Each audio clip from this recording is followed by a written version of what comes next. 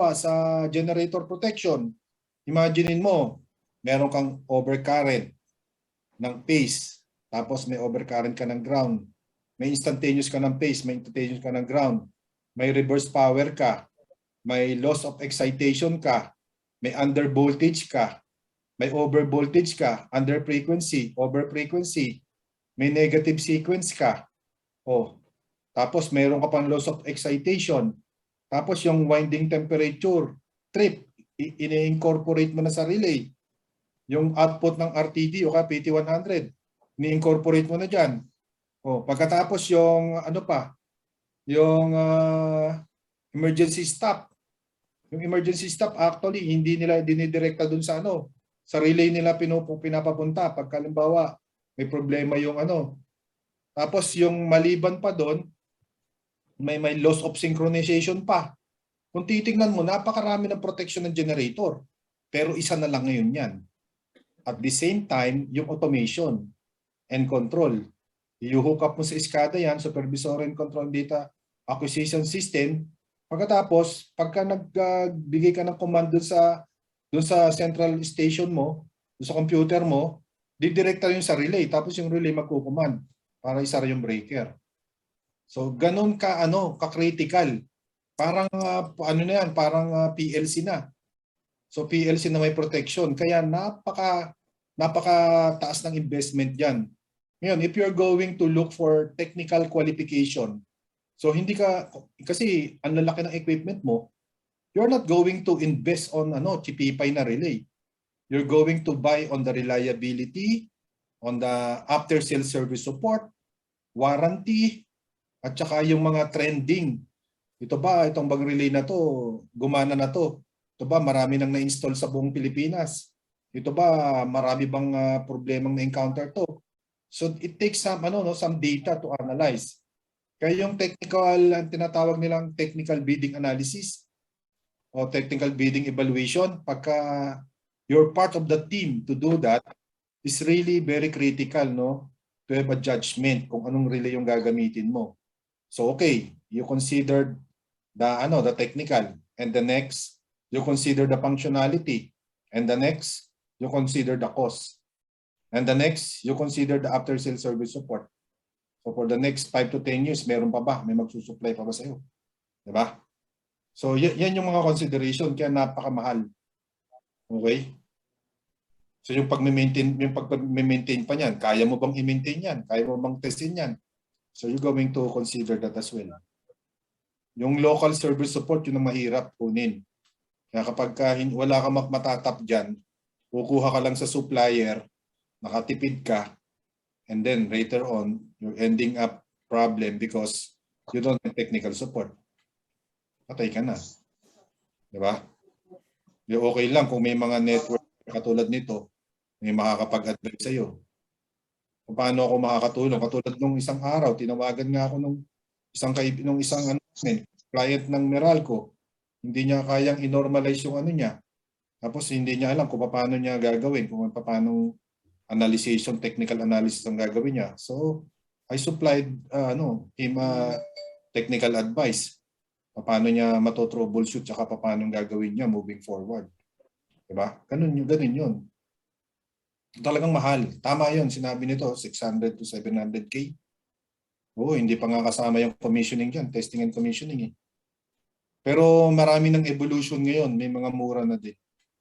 Pero hindi nga lang branded na katulad ng Siemens, ABB, Schneider, GE. Hindi lang ka-level nun, pero meron na.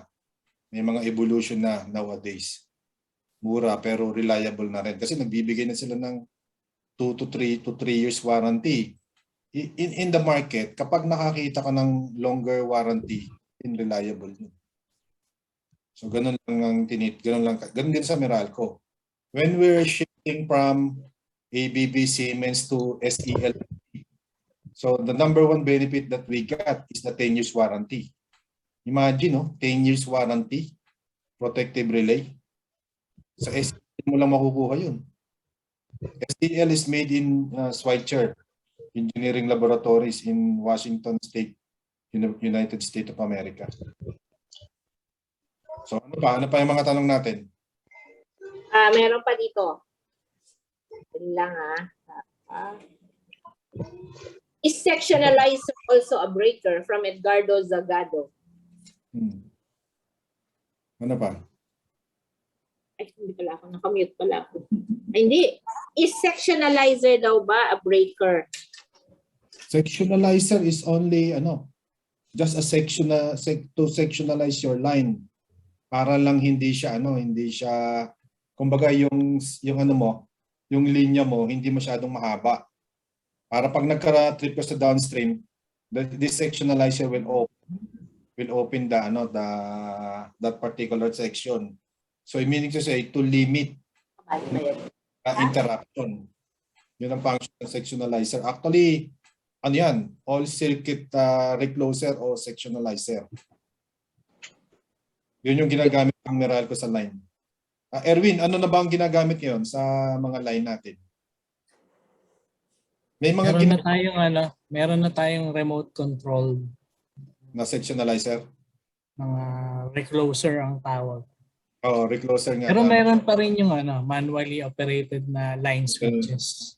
Sectionalizers. Sectionalizer, Yung sectionalizer is in the form of pwede ring disconnect switch or load break switch, as long as you can isolate.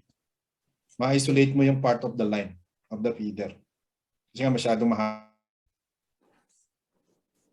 Okay, thank you. Meron pa dito. Sir, for coordination margins, anong standard ang magandang sundin? Actually, yung coordination, yung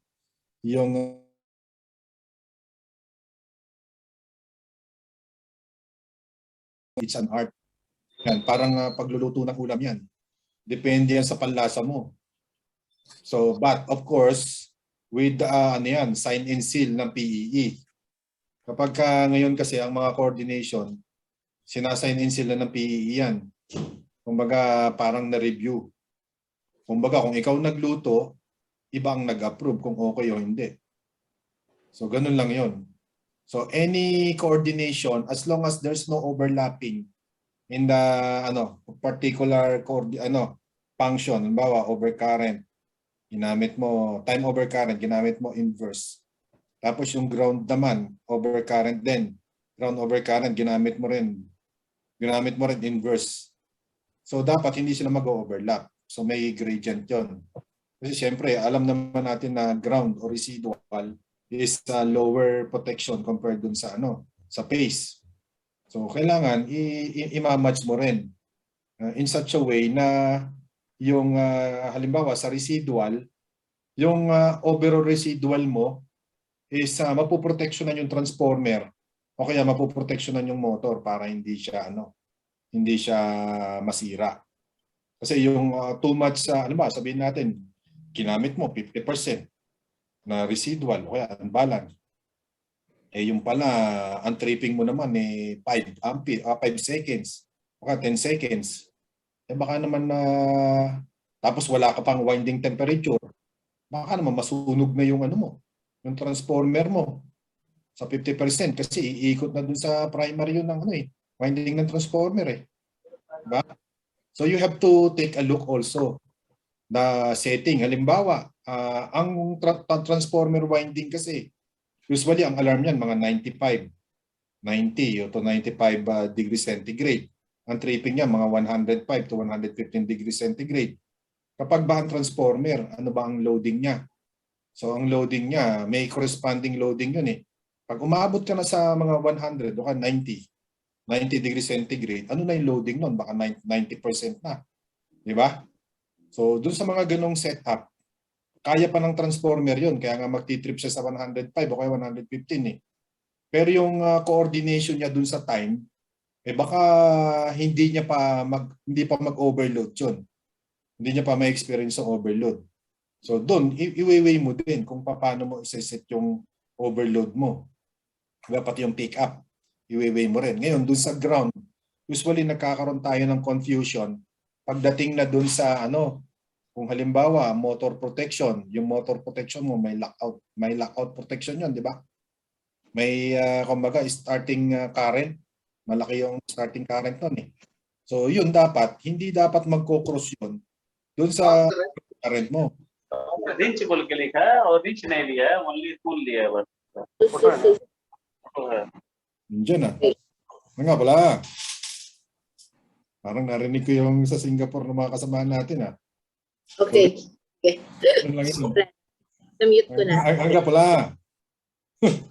Yan, meron pang tanong dito si Sir Edgardo Zagado. Sir, which IDMP characteristics curve is best for an open loop configuration for a 22 kV secondary distribution system? Ano daw ang open loop? IDMP characteristic curve daw for open Okay. loop configuration. Actually, yung characteristic natin is, ang sabi ko nga, is an art. Sa Meralco, ang ginagamit lagi namin, very inverse eh. Yun, mga radial yun. Pero yung mga open loop na ganyan, pag wala ka ng mga paralleling, pwede mo rin siyang gamitin yung very inverse. Kasi yan yung very useful na ginagamit sa characteristic eh. Kasi yung instantaneous niya, hindi masyadong hindi masyadong malapit doon sa time. So yung very inverse kasi pag tiningnan mo yung curve nun, kumbaga madali siyang i-coordinate. Ang critical kasi dito, yung mga nasa downstream.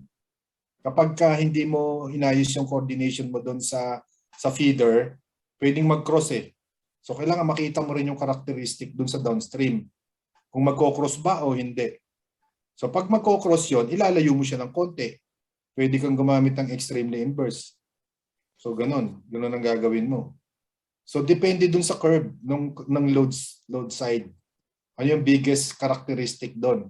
Biggest load mo dun sa load side para hindi siya dumikit dun sa feeder protection mo. So ganun lang yon. Kaya binabago yan. Babaguhin mo yung characteristic curve kapag alam mong dumidikit. So ganun lang ang pagsiset. Okay, thank you. Ito. June, what is the disadvantage of having a delta Y configuration for a customer-owned transformer? By Daryl Francisco.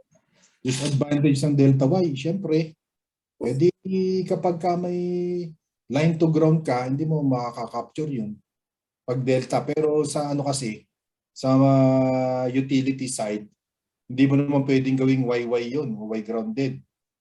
Kasi nga, yun eh. Ina-avoid nga natin na makadistract doon sa utility side eh. So ang isang disadvantage nun, syempre, kailangan may grounding system ka sa kailangan maglagay ka ng sarili mong grounding system. O kaya ang disadvantage nun, kailangan mo maglagay ng line protection, yung fuse failure protection. Kumbaga protection mo sa one phase out. So mandatory yun, maglalagay ka. Kasi hindi makaka-capture yun ng makaka-capture ng overcurrent eh. Kaya nga sa PE, required na ngayon yun. One phase out. So yun yung pinakang dyan. Kapag nagka-delta ka, delta Y, Y grounded, mawawalan ka ng grounding. Wala kang return path. Tapos hindi mo pa makaka-capture yung fuse failure. So maglalagay ka ng PT, 3 single phase PT para makapture mo yung one phase out. O kaya mag-i-enable ka ng negative sequence. Magdadagdag ka ng protection para makapture mo yung abnormalities. Kasi parang hindi considered as fault yun eh. Abnormalities yun eh. Kasi pag nag one phase out ka, 2 legs energized yun, pero energized pa rin yung 3 winding. Kaya lalabas dyan, yung output mo sa secondary, healthy pa rin yun, 3 phase pa rin yun. Ang nangyari, nag-reduce ka ng capacity from 100% to 57%. So, yun yung mga disadvantages. Pero in terms of requirement kasi, mandatory kasi yun eh. Kailangan mong i-delta yun.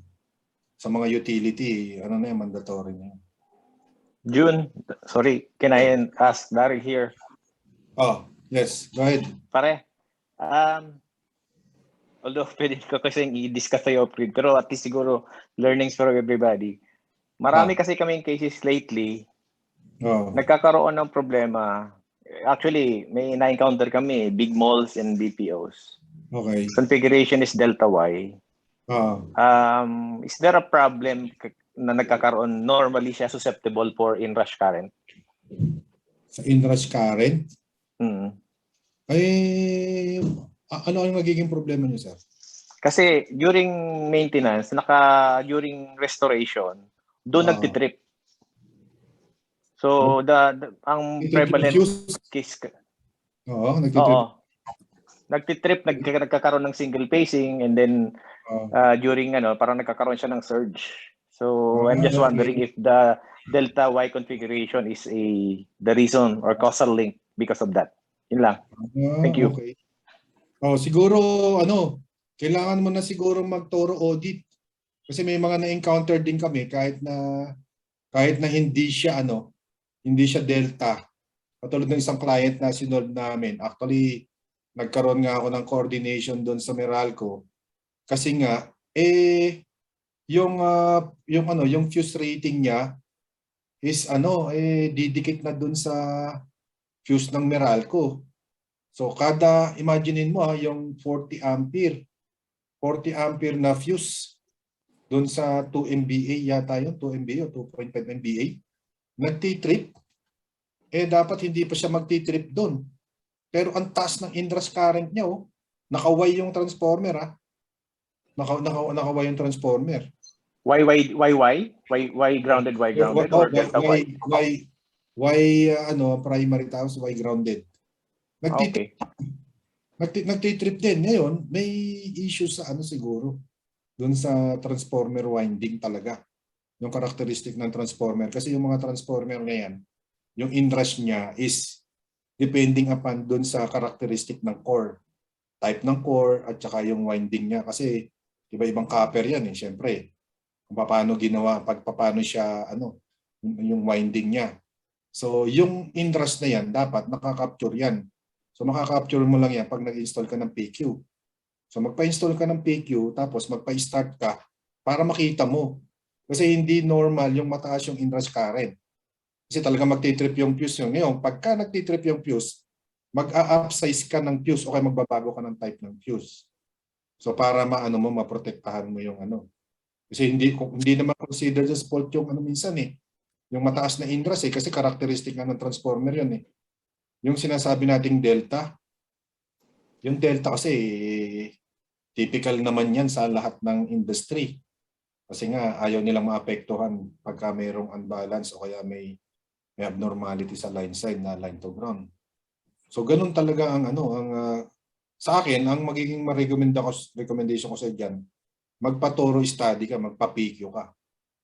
Nakabitan niya tapos magpa-try ka. Halimbawa, may interruption kayo.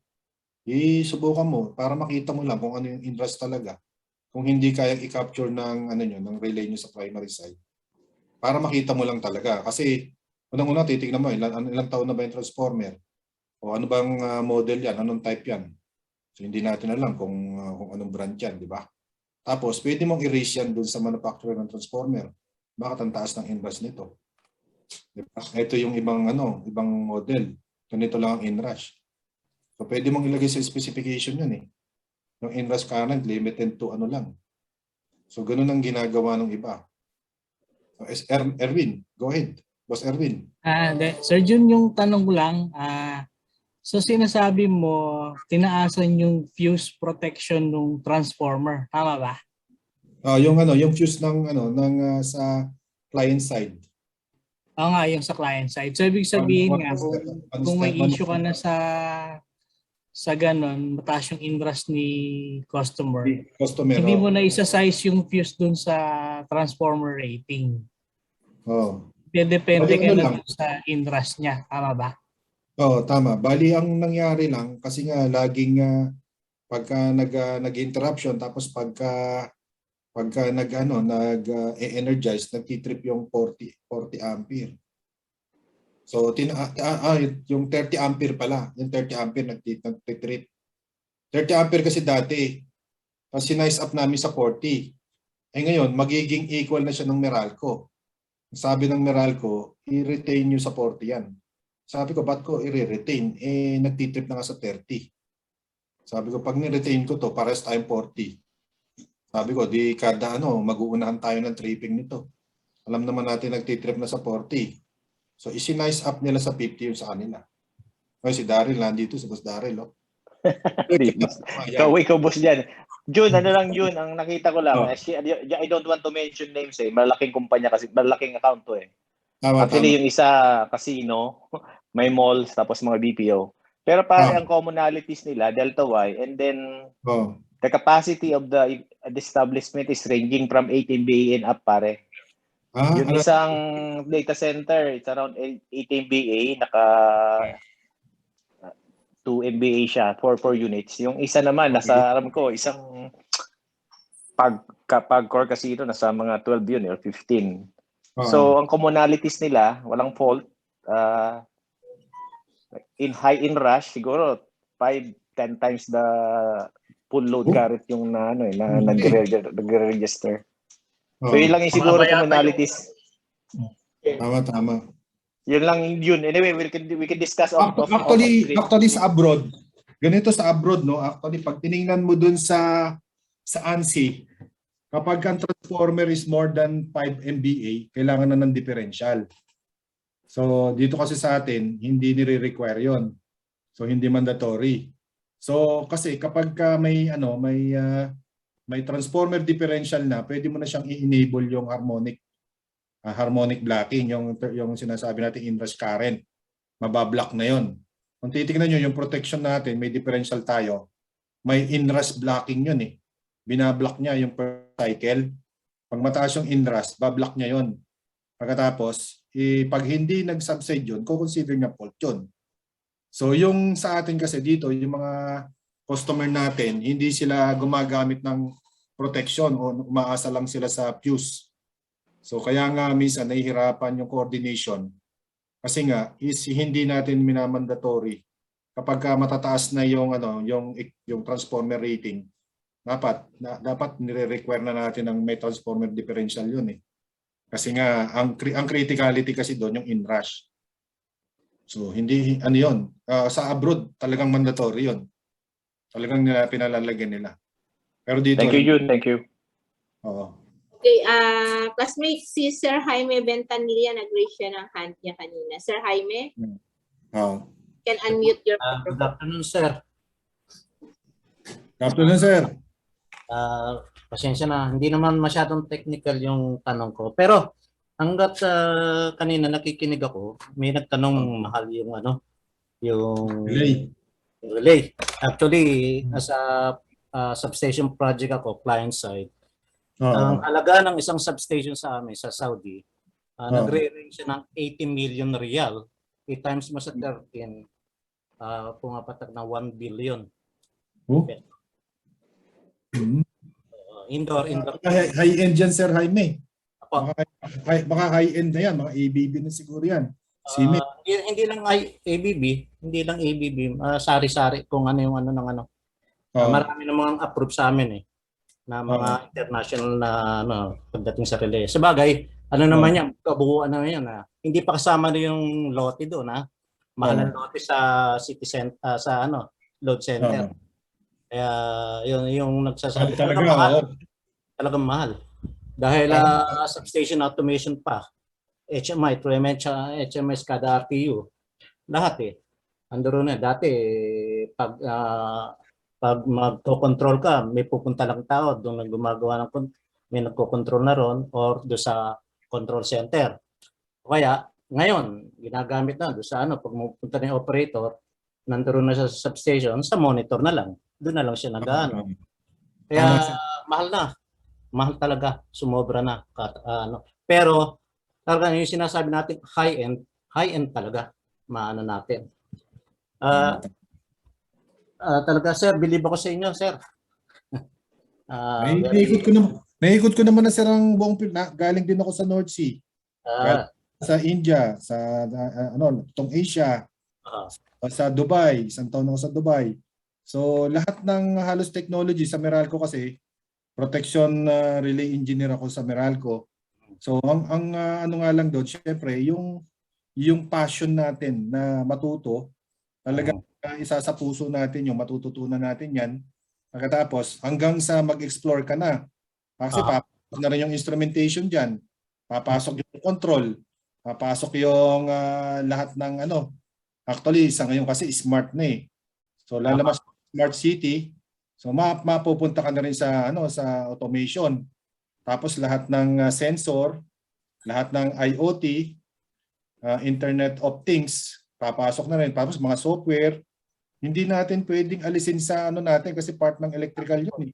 Sinubukan ko, actually retired na ako, nandito na sa Pinas, ano. Sinubukan ko na isabay pag-aralan yung ano sa Saudi, yung protection.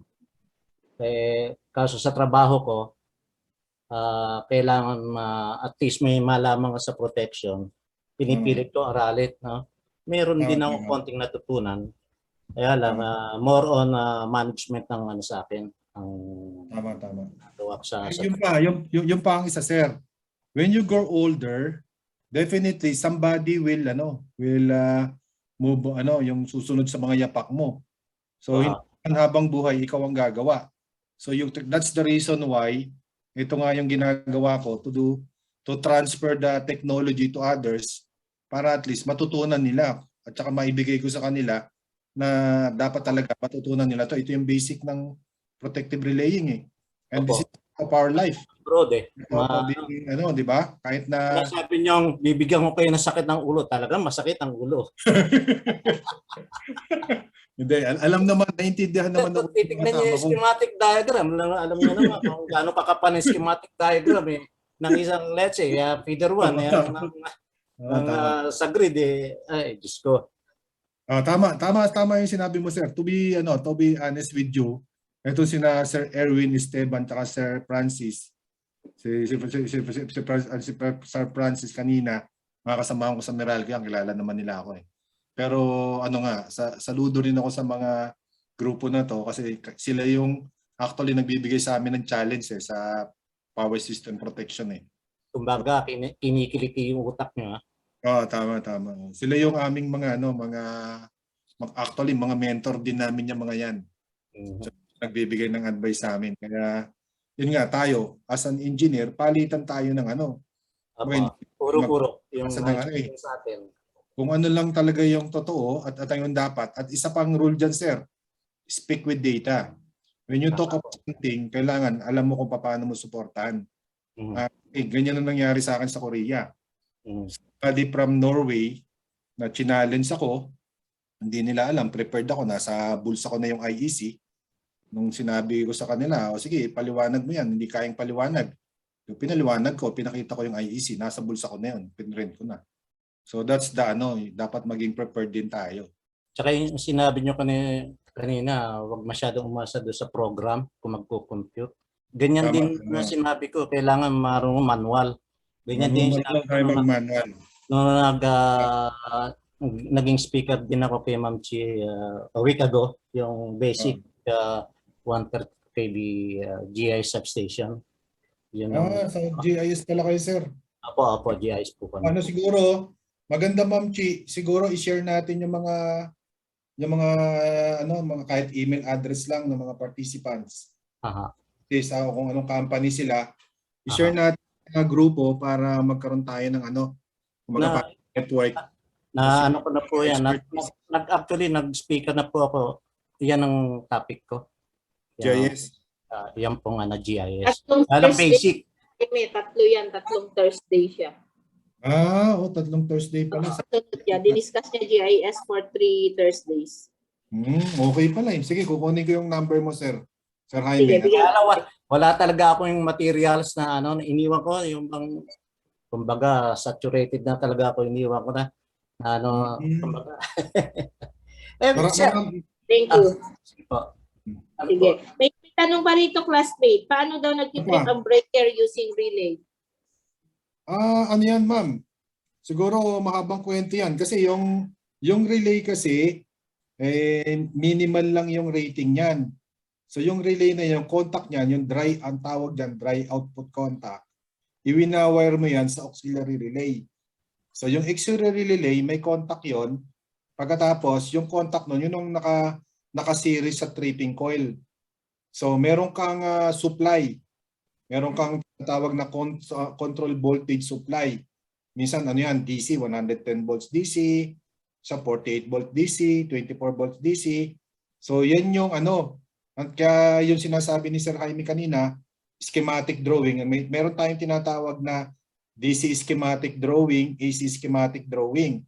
Yung DC schematic drawing, usually yan yung mga control schematic. Yung AC schematic, yan naman yung mga current input, voltage input, yung mga wiring mo sa ano sa AC circuit.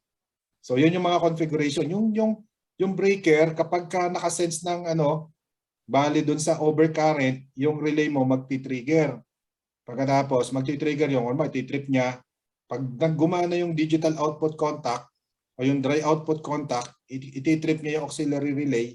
Tapos diretso na doon sa tripping coil. Yung iba naman, yung ibang mga rating ng ano ng output ng relay, matataas na yung rating, mga 10 ampere na, direkta na sa trip coil yon. So ganon. Kasi minsan kasi yung iba, ang relay kasi dapat pag nag-trip yun, dapat kukurap lang yun eh. Hindi dapat maglalatch yun eh. Pero dahil may auxiliary contact, naglalatch yun. Para ibig sabihin, pag naglatch yun, nakalatch yung ano, hindi mo marireset yung auxiliary relay, hindi maisasara ng breaker yan hanggat hindi nire-reset yung relay. Kasi critical kasi yan, kasi kapag ka nireset mo yan, anybody can close the breaker. E paano kung hindi mo pa na-check physically yung ano, equipment, alam mo, transformer, o kaya yung motor. Kailangan checkin mo muna kasi nag-trip eh. Di ba nga, nilalagyan pa ng lockout yun eh. So yung iba naman, binababa yung DC para walang mag-ano. O kaya dinodraw out yung breaker para walang mag-close ng breaker. Kasi imbestigahan mo pa eh, bakit nag-trip? So magtatanong ka ngayon, ano yung zone of protection? So yung zone of protection, yung breaker, yung kable, yung motor, o kaya yung load. So ano yung mga nagpa-trip? Bakit nag-trip yung relay? Yung CT, pwede rin. Baka saturated na yung CT. Pwede nating sabihin, ano yun? Yung CT nag-saturate. O kaya hindi siya, mali na yung setting ng relay. So, di ba? Maraming cause. Pero ganun pa man, you need to have technical evaluation. Kailangan pumunta ka talaga doon para makita mo kung ano. Imbestigahan mo. You can use the event record. Tingnan mo kung ano yung fault. Anong phase, anong fase ba yung nag-trip, for you to understand kung ano talaga yung type of fault, ano yung nag-trip. So, okay. Classmate, what is the advantage and disadvantage ng digital relay and distance relay to each other or vice versa in terms of practical application? Yung distance relay kasi, particularly sa line yan, sa mga feeder yan, sa mga transmission line. So, yung baka yung sinasabi mo yung electromechanical o kaya yung digital relay o yung numerical relay.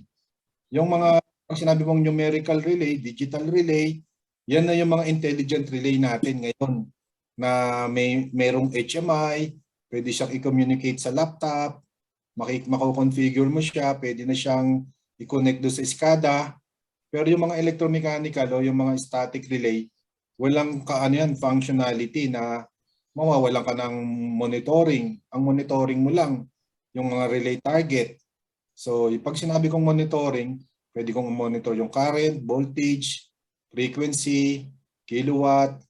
So, yung mga alarm, yung oscillography, yung mga fault current, yung mga event, yun ang sinasabi kong monitoring. Yun ang advantage niya. Ibig sabihin, hindi ka nagagamit ng ibang gadget o ibang equipment like PLC o yung mga transducer, yung mga digital na na nagko-convert from analog to digital, hindi mo na kailangan yun kasi nandoon na sa relay lahat eh. Kaya nga sabi ni Sir Jaime, di ba, mahal yung relay. Mahal lang Pero may mga mura na sa market na naman, affordable naman, napasok naman sa budget. Pag gusto nyo magtanong, pwede naman kayo magtanong sa akin kung ano mga brand yun. So, pwedeng sabihin yung i-market dito yun. May special request dito. Baka daw pwedeng explain yung transformer bias differential protection again. Sa susunod na siguro. Sa susunod na makikita natin. Okay. From Edwin. Yung kaya nga tatlo pa ako. Ano pa? Meron bang standard setting ng 5.1N relay pickup? Dami na ako binasa reference ng protection book. Recommended lang yung setting pickup like 30%. Ano yun? Ano yun? Ano ma'am yan? Anong protection yan? 1N daw. 5.1N. 1N. Residual yan. So yung residual overcurrent, 'di ba? Based from the di ba, vector analysis, IA plus IB plus IC is equals to 3IO. So binase lang yan diyan, pero pwede mo pang gawing sensitive yan, depende dun sa dun sa downstream. Kumbaga yung total unbalance mo na ine-expect mo. Pero kung gusto mong maging sensitive pa, so pwede mo pa siyang sensitive. Pwede mo rin siyang gawing less sensitive. Pero base dyan sa vector analysis na yan, pag halimbawa nagkaroon ka ng fault B and C, o di yung IA mo is equals to 3IO, IO is equals to IA over 3. Diba? So ganun lang pag-compute dun. Kaya yung ginagamit lang 1/3. Pero pag tiningnan mo dun sa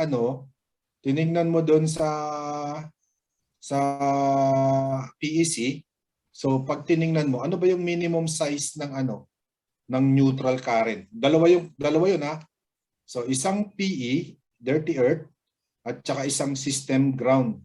Yun yung pumasok doon sa neutral. Yung device secondary natin, yung transformer natin, sabihin natin Y grounded. So yung neutral nun, yun, ang tawag doon, system ground.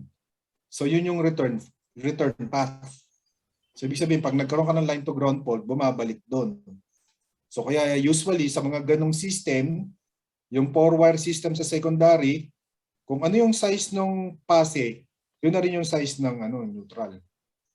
Pero kung halimbawa naman na ang load mo naman is puro ungrounded, so hindi mo na kailangan mag same size. Usually susundin mo na yung PEC. Mas maliit 'yun. Mas maliit yung size, hindi kasi yung size ng pase. So ganun lang tinitingnan 'yon. Ngayon yung setting niyan is depending upon dun sa mga characteristic curve ng mo. Kasi backup ang lalabas diyan eh. Backup kasi yung 51N dun sa mga ground protection ng mga load eh. So titingnan mo muna kung paano yung damage curve ng equipment na babackupan mo. Backup 'yan, backup ng transformer, backup din ng ground receipt sa mga downstream load. Kaya tinitingnan mo muna yung damage curve ng equipment. So ganun 'yun. Okay, so may ulit tayo. Between substations po, gaano po kalayo in meters tayo allowed gumamit ng copper wires para sa interconnecting relays habang iniiwasan po ang signal delay at voltage drop ng control cables? Salamat. Yan yung sinasabi natin. Yung kino-compute yung voltage drop niya, halimbawa substation, tapos yung controller house mo malayo. Tapos meron ka differential. Kino-compute yan, yung size ng secondary current. Sa city, very critical yan. Kasi kapag hindi mo sinize up properly yan, kino-compute yung voltage drop, nako-compute naman ohms law lang yan Pag hindi mo kinompute yan, magkakaroon ka ng differential due to voltage drop doon sa kable. Kaya critical yan sa differential.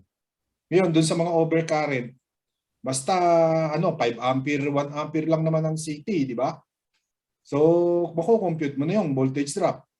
Basta pagdating doon sa relay, ina-expect mo, dapat yung 1 ampere pa rin dapat ang ma-read mo doon. Baka mamaya 0.85 na lang o kaya 0.8 na lang. Nag-inject ka ng 1 ampere doon. Di undersize ka, di ba? Lalo na kapag short circuit yan.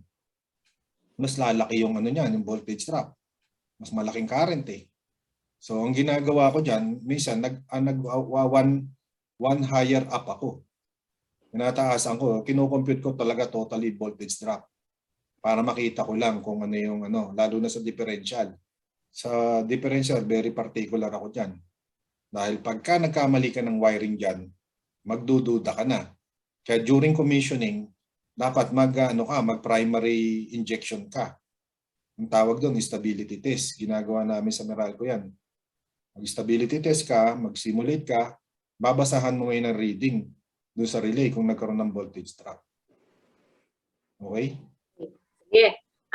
Classmate, I don't know if you would still consider this kasi mahina daw yung signal niya kanina. Yung transformer, na kapag delta ang transformer, Y yung CT, tapos pag Y yung transformer, delta yung connection. Tama. Baka pwede, yan, ano yan? Yung ganyang configuration, very, ayan yung basic ng wiring sa CT, papunta sa relay.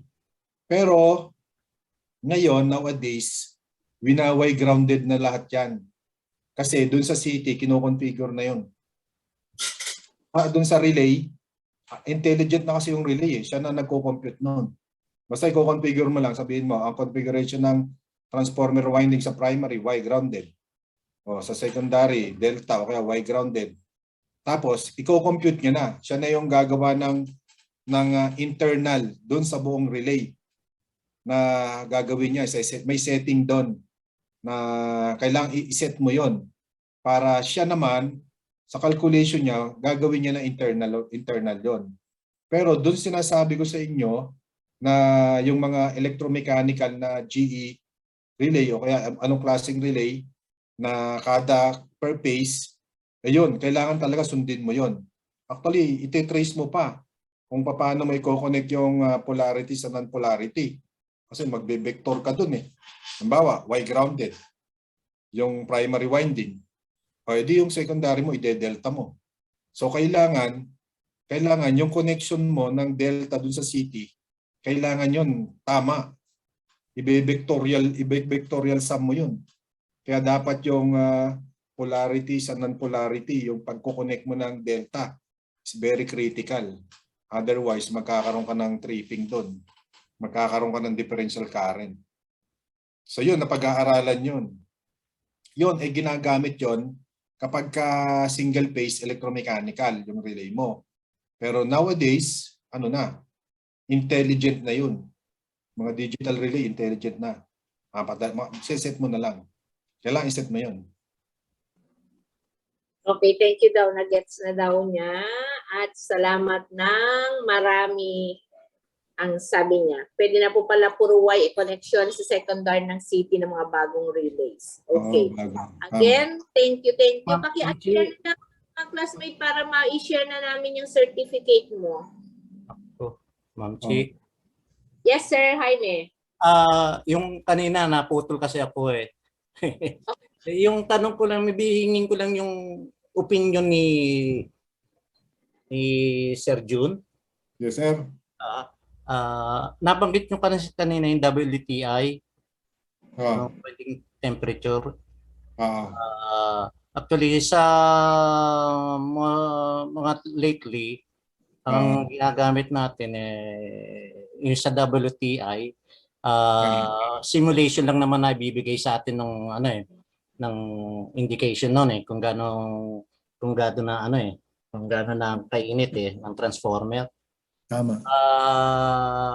Simulation, kumuha ng current sa BCT, then may resistor, tapos yung top oil temperature, i-add mo yun ang lumalabas na winding temperature.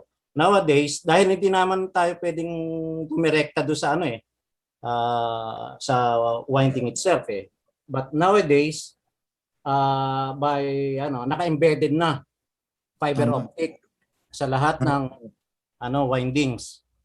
Dati hotspot daw, pero hindi ko alam kung hindi naman ako naniniwala sa hotspot. Lahat yan hotspot Ngayon lahat sa kasi fiber optic, maraming area sa isang winding na may fiber optic. Kung na-experience nyo na rin ba yun? O ano ang opinion nyo doon? Yun kasi direct na talagang ibibigay sa iyo yung yung init ng winding dahil naka-embedded na siya ron Ano po yung may nyo sa winding sir. Sa winding kasi dalawang klase yan, di ba? Oil at saka dry type. Sa oil po, oil. Sa oil pwedeng gawin yan sa oil. Opo. Kasi may insulation level at saka mataas yung temperature, yung characteristic ng oil compared Puro oil naman po kami tama. Imaginein mo, sir. yung transformer mo aabot ng 105 degrees. Oo. Sa palagay mo ba yung fiber optic kaya niyang i-sustain yun? Yun ang first question. Di ba? Pagka nagkaroon ng overheat yan, o kaya nagkaroon, sabihin na natin malaki yung ano mo, yung unbalance mo, bumabalik doon sa transformer. Sabihin natin inalisan mo ng tripping yon. So lalabas niyan, talaga yung transformer, mag-iinit yan. Pag nag-init yung transformer at umabot doon sa tripping niya, sabihin natin 90. Sa akin, hindi reliable yun kasi fiber optic. Hindi naman design ng fiber optic sa high temperature. Di ba? Parehas po tayo ng ano eh. Parehas Kaya po ipapasok mo doon sa winding, baka mamaya matunaw lang yan. madaling mag-brittle, kumbaga. Maluluto kasi sir yun eh. Oo, yun parehas po tayo na kaya hiningi ko rin yung opinion nyo sa bagay na yun. Pero doon sa ano sir, doon sa mga mga switch gear natin, usually fiber optic yung mga sensor, walang problema. Walang problema. Kasi yung ambient temperature, limited lang siya sa 50 maliit degrees, 40 degrees, 45 Maliit lang po siya. Oo, pero diyan sa transformer, doubtful ako kasi ano yan eh. Hindi naman moving yung transformer tapos mainit pa yan. So Vibration pa. may vibration baka mag-crack lang yan sir at saka ano parang hindi Brittle nga. hindi ko nakikita. Mainit, mag-brittle siya eh. Tama sir. Wala pa akong nakikitang high temperature na fiber optic na ano. Na ilagay sa ano. Usually puro mga ano pa lang, yung mga PT100, RTD. So ganun pa lang ang nakikita. Kahit sa generator, yun din talaga yung ano ko eh. Doubt sa fiber optic eh. Siguro sir, hindi ilalagay dun sa winding. Pero ang sabi po eh, nung nandoon pa ako, sinasabi, embedded. Naka-embedded. Pinakita sa akin. Lumalabas ang characteristic nung transformer. Kumbaga, hindi nila yung uses ng transformer hindi pa aabutin dun sa 95 o 105 degrees.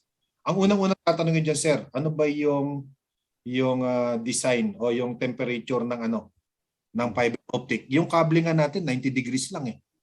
Bagay. Yung copper winding natin, 'di ba 90 degrees lang 'yan? Opo.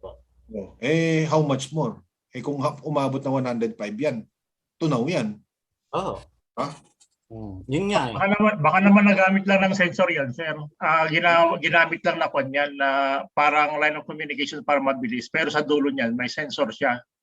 Malamang ang ginawa sir ganito. So yung fiber optic kasi may insulation yan, di ba? Shielded pa nga yan eh. Pasok doon pero lumabas lang naglabas lang sila siguro ng konti. Tapos hindi nila idinikit talaga sa winding. Baka idinikit lang nila doon sa kasi 'di ba ang insulation ng winding 'di ba may papel yan? Opo. Okay, so kung ano yung temperature na nakukuha niya doon sa papel kasi nakadikit sa winding yan eh. Pero hindi siya totally contact doon sa copper. Malamang doon po sa papel. Sa papel nakadikit. Tama. Tapos nababalutan siya ng shielded na insulation. So ibig sabihin may portion lang na nakalabas. Kasi doon din naman yung ginagamit ko doon ginagamit namin doon sa mga mga bus protection na may arc plus protection. Ang mga puro mga fiber optic eh. Ganun ang principle. Pero yun nga, hindi siguro na explain mabuti kung paano yung installation ng fiber optic doon. Pero sasabihin mo na aabot siya ng ng 95 o kaya 105 degrees. The mere fact na yung copper mo is designed only to 90 degrees. Parang yun. Parang contradiction yun. Mas mataas pa yung temperature yung temperature ng fiber optic sa copper. Hindi yata, di ba? Tama po. Pero doubt pa rin ako kahit eh. Tama yun sir yung analysis natin. Siguro doon pa rin ako sa simulation eh. Tama ka dun sir. Although malapit-lapit siya. Malapit-lapit din naman pero syempre parang hindi pa siya Di ba yung mga nga sir, di ba yung mga wireless CT? Pero di ba? So meron na ring mga wireless CT. Kumbaga